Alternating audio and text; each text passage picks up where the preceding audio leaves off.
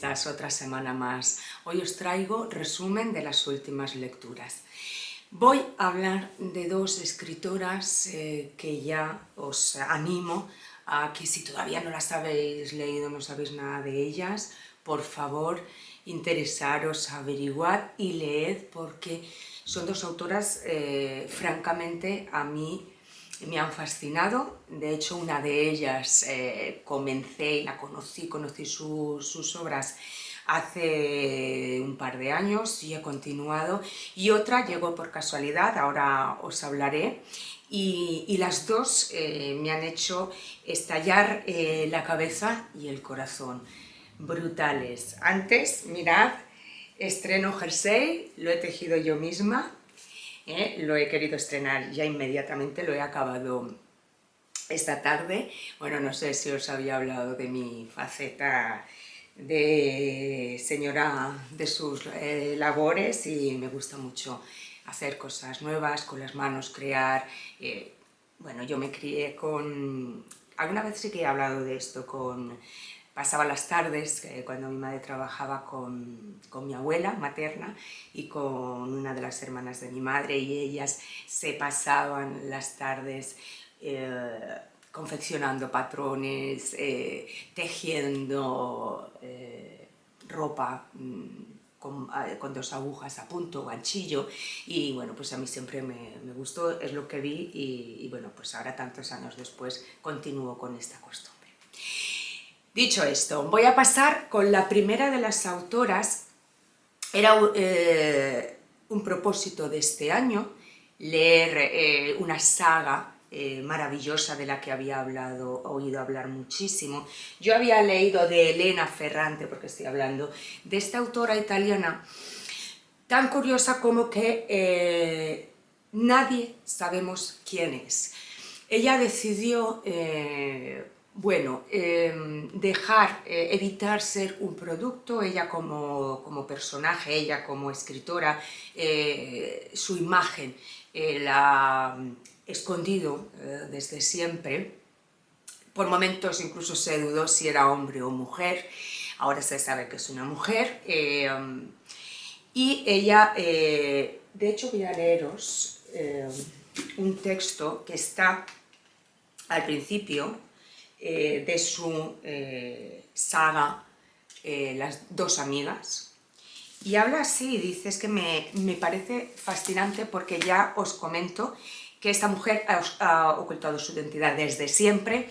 Decía que quien quisiera saber de ella leyera sus libros, que eso era lo que ofrecía, y que no quería convertirse ella en producto de comercio, sino su trabajo. Por lo tanto, respetable a más no poder, y me parece que hasta heroico en los tiempos que corren. Y mirad qué inteligente y qué trasfondo tiene esto que os voy a leer. Elena Ferrante dice: no me arrepiento de mi anonimato. Descubrir la personalidad de quien escribe a través de las historias que propone, de sus personajes, de los objetos y paisajes que describe, del tono de su escritura, no es ni más ni menos que un buen modo de leer. Comentaba Elena Ferrante en una entrevista vía mail, que es como ella las concedía para uno de los periódicos italianos. En efecto, nadie sabe quién es Elena Ferrante, y sus editores procuran mantener un silencio absoluto sobre su identidad. Alguien ha llegado a sospechar que sea un hombre, otros dicen que nació en Nápoles para trasladarse luego a Grecia y finalmente a Turín. La mayoría de los críticos la saludan como la nueva Elsa Morante. A mí también me parece una voz extraordinaria que ha dado un vuelco a la narrativa de los últimos años. Bueno, en fin, ya habla de su éxito y tal. Pero qué curioso, qué singular y qué valiente, ¿no? Esta postura que ha mantenido durante toda su vida. Ya se sabe que es una mujer de avanzada edad. Me parece fascinante, porque además en los tiempos que corren, donde ahora se publican libros cuando el autor es objeto de comercio, es decir, buscan a un personaje famoso para que publique un libro.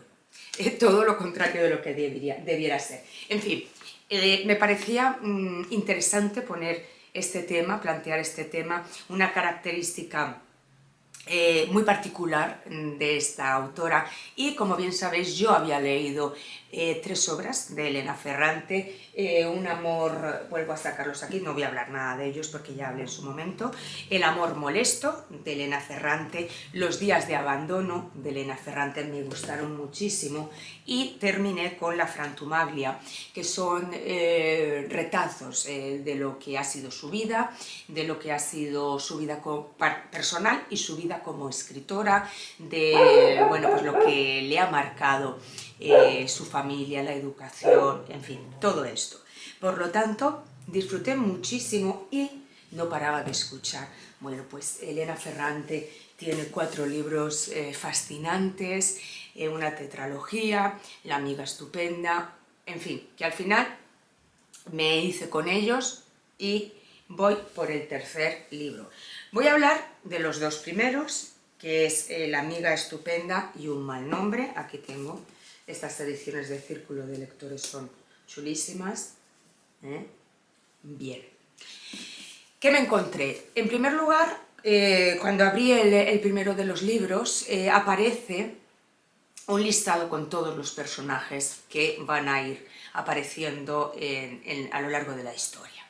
Esto, así, en principio, me echó para atrás porque huyo de estas historias donde circulan, Gala está ladrando a todos los perros que ve pasar, donde circulan uno, otro, un montón de personajes. Al final yo como lectora pierdo el hilo, pierdo el interés, en fin. Esto me rechinó un poco y ya me puse como un poquito a la expectativa, incluso a la defensiva hoy. No sé yo si esto me va a gustar, si es lo que yo pensaba que iba a encontrar. Bien, la historia se abre, y es lo único que voy a desvelar porque está en las 2 o 3 primeras hojas de este texto. La historia se abre siendo las 2 amigas protagonistas de esta saga, Elena, que es protagonista y narradora de toda la historia, recibe, siendo ya mayor en el momento presente, recibe la llamada del hijo de Lila, su mejor amiga y también protagonista junto a Elena de toda esta historia. Recibe la llamada de este chico, que ya tiene 40 y tantos años, diciendo a Elena: oye, mi madre ha desaparecido, ¿qué hago? ¿Me puedo ir a tu casa contigo?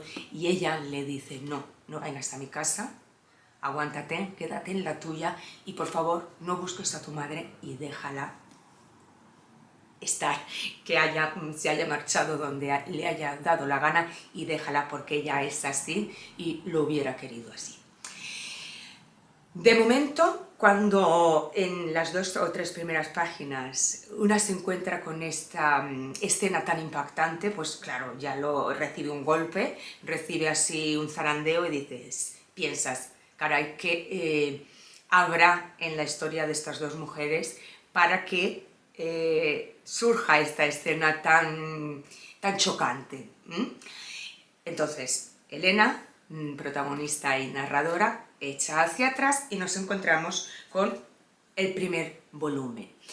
El primer volumen da comienzo cuando ellas tienen 5 o 6 años, son vecinas, compañeras de colegio, y desde el principio encontramos a la narradora Elena, una niña normal, de pueblo. La historia se ubica en Nápoles, en un periodo de pobreza en los años 40, 50, 1940, 1950, ellas son niñas, la violencia está en el día a día de estas gentes, la tiranía, no sé cómo decir, hay un ambiente totalmente hostil, y lo que nos empieza a doler desde el principio de esta historia es ese sentimiento, esa acción continua de maldad, de picardía, un tono pérfido por parte de la otra niña, de Lila. Desde bien pequeñitas, Elena comienza la narración, conoceremos a los amigos, a los vecinos, a compañeros de colegio, iremos acompañándolas en su crecimiento hasta la adolescencia, el periodo escolar, el periodo donde una sí que tiene la posibilidad de estudiar, otra no, novios, y todos los derroteros por los que van, casi diría, despeñándose ambas, ¿no? Está tan bien narrado. La autora es capaz de profundizar en la psique femenina, sobre todo, en general tiene una capacidad tremenda de agarrar un personaje y entrar dentro de él de un modo diestro, eficaz. Es brutal esta mujer. Pero en los personajes femeninos ya es portentosa, lo borda. Nos hace sentir en cada momento esas emociones propias de la niñez, del desconcierto de la adolescencia, el titubeo de la primera juventud.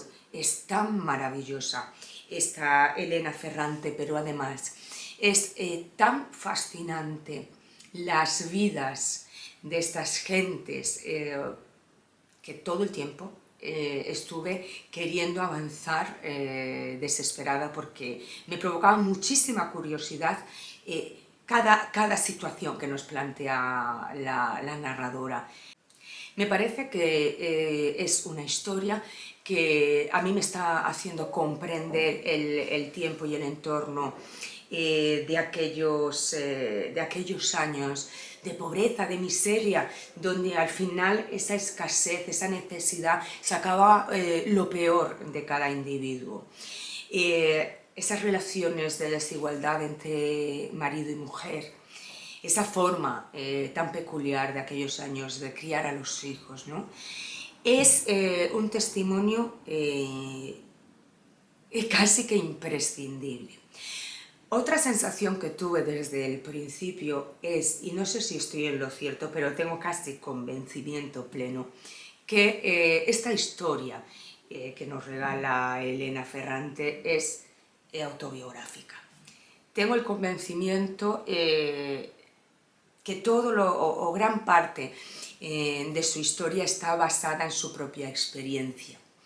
Hay una claridad, hay un desgarro, hay una eficacia tal que no puede ser de otro modo. Evidentemente está su habilidad, que es innegable, pero yo creo que ella sintió la necesidad de arrancarse ese dolor, de arrancarse esos quistes, y sobre todo la columna vertebral de estos 4 textos, que ya llevo casi 3 leídos, es esa capacidad, esa brillantez que tiene la autora para describir y hacernos partícipes de esa relación entre dos amigas desde la niñez, donde una es la figura dominante, donde una es capaz de manipular, de arrastrar, de condicionar la vida de la otra.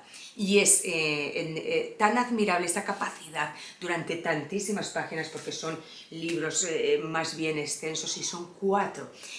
Página tras página, no decae en ningún momento, y cada 2x3 nos encontramos con giros sorprendentes, donde si estábamos un poquito encontrando cierta relajación o cierta comodidad en la lectura, todo se rompe y volvemos otra vez a esa angustia insoportable que es la que vivimos con estas historias maravillosas de las 2 amigas. Quise apuntarme características que no quería dejar pasar por alto de Elena Ferrante, que me parecen tan significativas y que la diferencian de otras muchas autoras que también hemos disfrutado, pero que la convierten en una autora única y totalmente, sumamente interesante. Vamos a ver, Elena Ferrante tiene un estilo literario directo, intenso, pero sin concesiones. Ahora que estoy llegando al final del tercer volumen, se está atreviendo a hablar de temas sexuales que hasta el momento pues, no se había enfrentado a esta temática así como de cara, y está realizando unas descripciones tan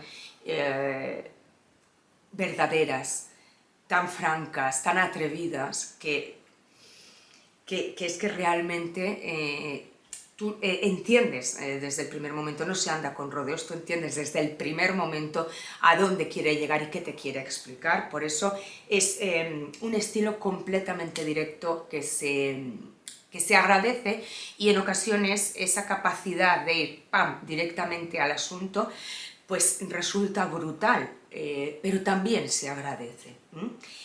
Más características, bueno, es una prosa muy realista, hay siempre, no te deja descansar, hay una intensidad, existe una intensidad emocional y psicológica bárbara, profundiza en esas envidias entre las amigas, en esos deseos de sus personajes, en esos miedos, en esas batallas internas. Nos encontramos, esto ya lo he comentado, nos encontramos siempre en una narración en primera persona, clara, perfecta, y las relaciones a las que se enfrenta la narradora pues son relaciones muy complejas, pero no tiene miedo. Las posa sobre la mesa y dice, aquí están y ahora las vamos a trabajar juntas y vais a entender a dónde quiero llegar. Y una, como lectora, lo entiende perfectamente. Incluso, salvando las diferencias, bueno, pues podríamos hablar incluso de cierto realismo sucio, como pasa con Henry Miller o con otros autores de los años 50 americanos, pues aquí nos encontramos pues, con un realismo sucio de esa Italia donde el fascismo apretaba las tuercas del pueblo, donde la gente saltaba, donde la gente vivía encolerizada y angustiada y desesperada, y la violencia era el día a día. Entonces, desde el canal aprovecho, de verdad, tenía muchísimas ganas de hablar de Elena Ferrante, pero de esta otra Elena Ferrante que en mi opinión no tiene nada que ver con la primera Elena Ferrante de los días de abandono, la frantumaglia o el amor molesto. Estas historias son bellísimas, se nota una distancia entre la autora y sus historias, tienen un ritmo mucho más reposado, pero la tetralogía de las dos amigas son libros brutales, que desde aquí recomiendo muchísimo, y cuando acabe con el cuarto volumen, pues volveré a traeros un poquito las impresiones finales y qué me ha parecido todo en general. Bellísima Elena Ferrante con estas historias. Y quería hablar de otra autora, esta es completamente nueva en el canal y nueva para mí, evidentemente. Me la recomendó Katy, de Remanso de Lectura, y ya he dicho que me regala, bueno, pues sus propios descubrimientos cuando a ella le fascina mucho un libro, un autor, un poemario. Bueno, pues tiene la bellísima y generosa costumbre de, bueno, pues decirme, mira, Monse, he descubierto esto, acabo de leer esto, me ha gustado por tal motivo o por tal otro, a ver qué te parece a ti.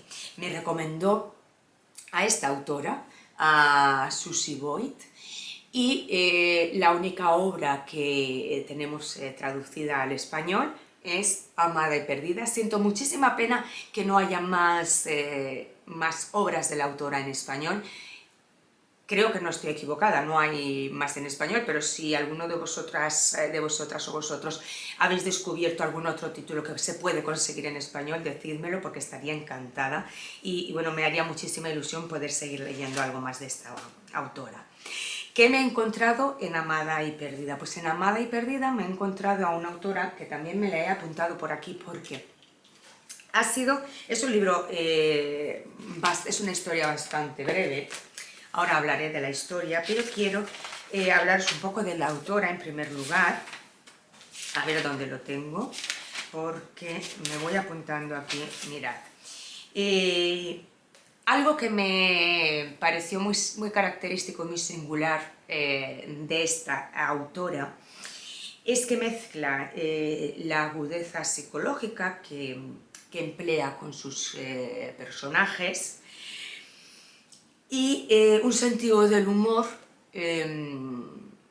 que por momentos hace que sus textos se conviertan un poco en tragicomedia. Esto me pareció muy característico y muy original de esta autora y hizo que como lectora, bueno, pues el puro drama que nos comparte con Amada y Perdida, pues tenga golpes donde una consigue perder un poquito la tensión, relajarse y echar alguna que otra carcajada fácil. Es muy difícil en un drama intercalar pasajes cómicos sin caer un poco en el esperpento o desentonar, ¿no? Decir esto a qué santo viene, esto no viene a cuento. No, ella tiene una capacidad muy bonita de ofrecernos una historia dura, muy cruda, y entre medias, pues aflojarnos algún tornillito para que podamos oxigenarnos, podamos movernos sin tanta apretura y sin tantísima congoja. En Amada y Perdida, no voy a destripar la historia porque merece la pena leerla, nos encontramos una mujer de unos 50 y tantos años, ella es profesora, tiene una hija solamente, pero la hija pues anda tirada por las calles porque desde hace años es una chica drogadicta y perdida, no tiene rumbo y la madre sufre esta situación tan dolorosa, no sabe muy bien cómo comunicarse con su hija, no sabe muy bien cómo ofrecerle ayuda, no sabe muy bien cómo acercarse a ella para simplemente en alguna festividad, en algún momento, en alguna fecha señalada. Entonces ya en un principio recibimos ese frío, ese hielo, ¿no? Esta sensación tan extraña de un dolor que nos quiere ofrecer la autora, pero que no sabemos siquiera si queremos recogerlo porque es tan extraño y tan difícil que como lectores estamos un poco ahí como expectantes y a la defensiva queriendo quitarnos ese fardo que la autora nos quiere dejar caer en nuestros brazos. Con este panorama, bueno, pues aparece una niña pequeña, ella va saltando en el tiempo. El caso es que su hija, que es adicta a la droga y que tiene una vida completamente perdida, queda embarazada y la abuela y protagonista de Amada y Perdida pues se las ingenia para quedarse y hacerse cargo ella de su nieta. A grandes rasgos, y para no destrozar absolutamente nada de esta bella historia, son pues, los rasgos generales que conforman la historia. Luego pues van aconteciendo situaciones, emociones, alguna que otra risa, algún que otro momento cómico de parodia. Es una historia muy bella y hay algo que también quería explicar. Llega un momento en que para mí la historia ha concluido y la autora habría quedado como una autora eficaz y como una autora que maneja los tiempos a la perfección. Sin embargo, ella decide alargar un poquito más la historia. Ya sabemos cuál es el final de Amada y Perdida, por lo tanto, en mi opinión, estas hojas sobran, esa parte de la historia sobra, y en mi opinión hace que pierda un poquito de esa admiración que había recogido durante la narración de Susie Boyd. Pero bueno, es una novela que merece muchísimo la pena leer. Yo me quedo hasta, no sé, se me olvidó marcar la página donde yo ya pienso, aquí ya ha finalizado, y luego ha añadido, pues a lo mejor 15 o 20 páginas más. Pero bueno, si alguno de vosotros o vosotras lee Amada y Perdida, me gustaría que me dijerais si compartís mi opinión, que llega un momento en que la historia finaliza y todo lo que añade sobra, o no, o que os parece que el autor hace muy bien con alargar y no rematar aquí, sino rematar 15 o 20 páginas después. Esto me interesa mucho, ojalá que alguna o alguno de vosotros leáis Amada y Perdida y me lo digáis, me saquéis de esta duda mía. Pero, insisto, es muy recomendable esta historia. Lástima que no haya más obras traducidas al español, porque yo, francamente, las devoraría todas. Me ha parecido una autora que promete. Es joven, es una autora que puede escribir muchísimos años más, que puede darnos grandes historias, y que voy a andar muy pendiente detrás de ella. A ver si, por favor, esta editorial, que es Muñeca Infinita, no lo había dicho, se decide a traducir y a publicar más novelas de Susie Boyd o cualquier otra editorial. Bueno, me parece una grandísima autora.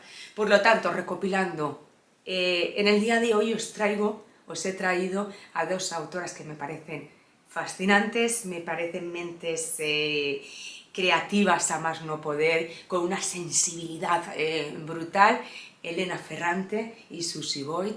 Espero que os haya gustado mucho el vídeo de hoy. Si es así, pues ya sabéis, compartir a quien penséis que le puede interesar, suscribiros si todavía no lo habéis hecho, darle a la campanita si queréis que YouTube os avise cada vez que subo contenido nuevo, y espero, bueno, que nos veamos pronto, muy pronto. Besos, abrazos y hasta la próxima, cuentistas.